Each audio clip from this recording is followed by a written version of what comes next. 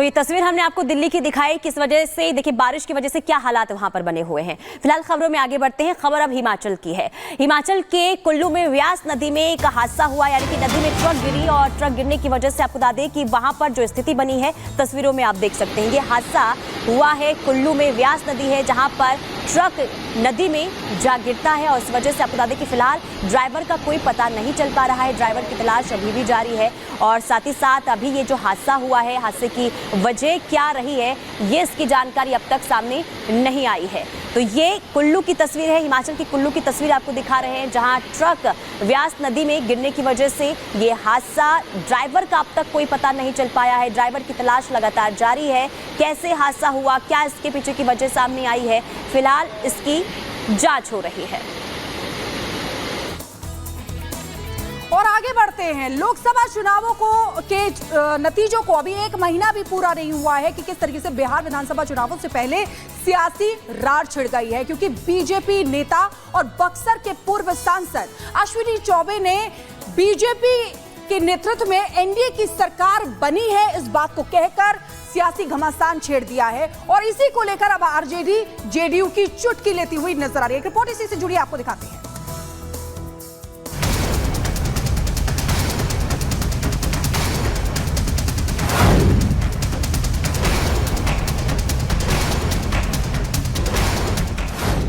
चौबे का बयान, सियासी घमासान। भारतीय जनता पार्टी अकेले अपने दम पर आए, ये हमारी मंशा है। नीतीश के नेतृत्व पर फिर सवाल।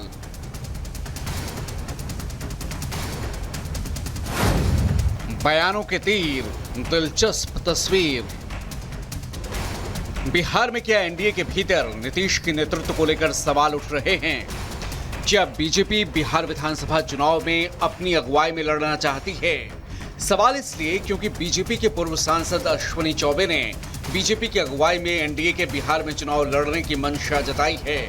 अश्विनी चौबे ने पार्टी में आयातित माल पर सवाल उठाए हैं, साथ ही सहयोगियों को साथ लेकर चलने की भी बात कही है। पहले चौबे जी की पूरी मंशा क्या है, उनके बयानों से जान लेते हैं। पूर्ण बहुमत के साथ भारतीय जनता पार्टी अकेले अपने दम पर आए, ये हमारी मंशा है। यानी चौबे जी चाहते हैं कि बीजेपी के नेतृत्व में बिहार में चुनाव हो और सीएम का फैसला पार्टी बाद में करे, और आयातित माल तो उन्हें कतई स्वीकार नहीं। यानी नीतीश के नेतृत्व को लेकर चौबे जी ने खुलेआम सवाल उठा दिए हैं। वैसे आयातित माल तो डिप्टी सीएम सम्राट चौधरी भी हैं, जो बीजेपी से पहले किसी और दल में थे।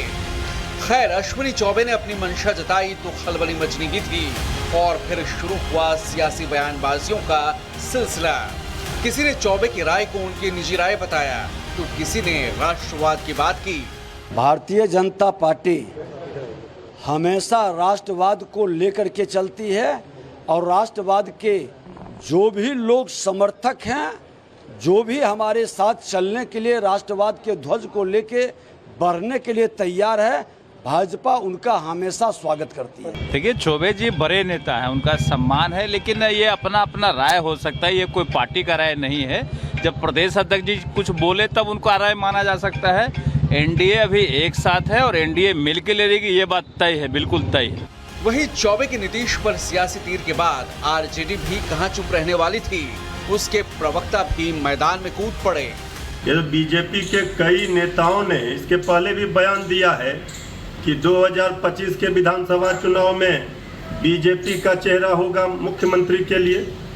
ये तो सबको पता है। जेडीयू को सोचना है, बीजेपी तो वैसे भी सभी क्षेत्रीय दल को समाप्त करना चाहती है, जेडीयू को ही समाप्त करेगी बीजेपी, ये सबको पता है। भीतर में ये चल रहा है बीजेपी के भीतर कि नीतीश कुमार जी अगले मुख्यमंत्री। अब हमें तो लग रहा है कि नीतीश कुमार के साथ कोई साजिश न हो जाए बीच में, हमें ऐसा भी लग रहा है, और नीतीश कुमार के अपनों के द्वारा न साजिश हो जाए।